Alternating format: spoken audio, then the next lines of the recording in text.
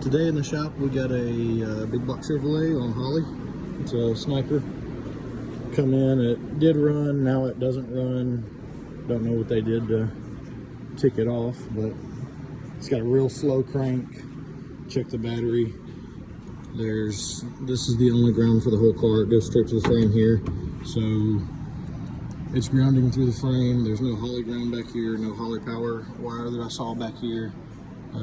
So the system, radio, car, Holley, everything's grounding through the frame into that ground wire. That's going to be problem to fix number one.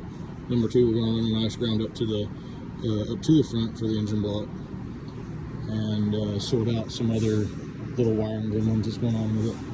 And we should have it on the dyno and tuning on it by the end of the day or tomorrow.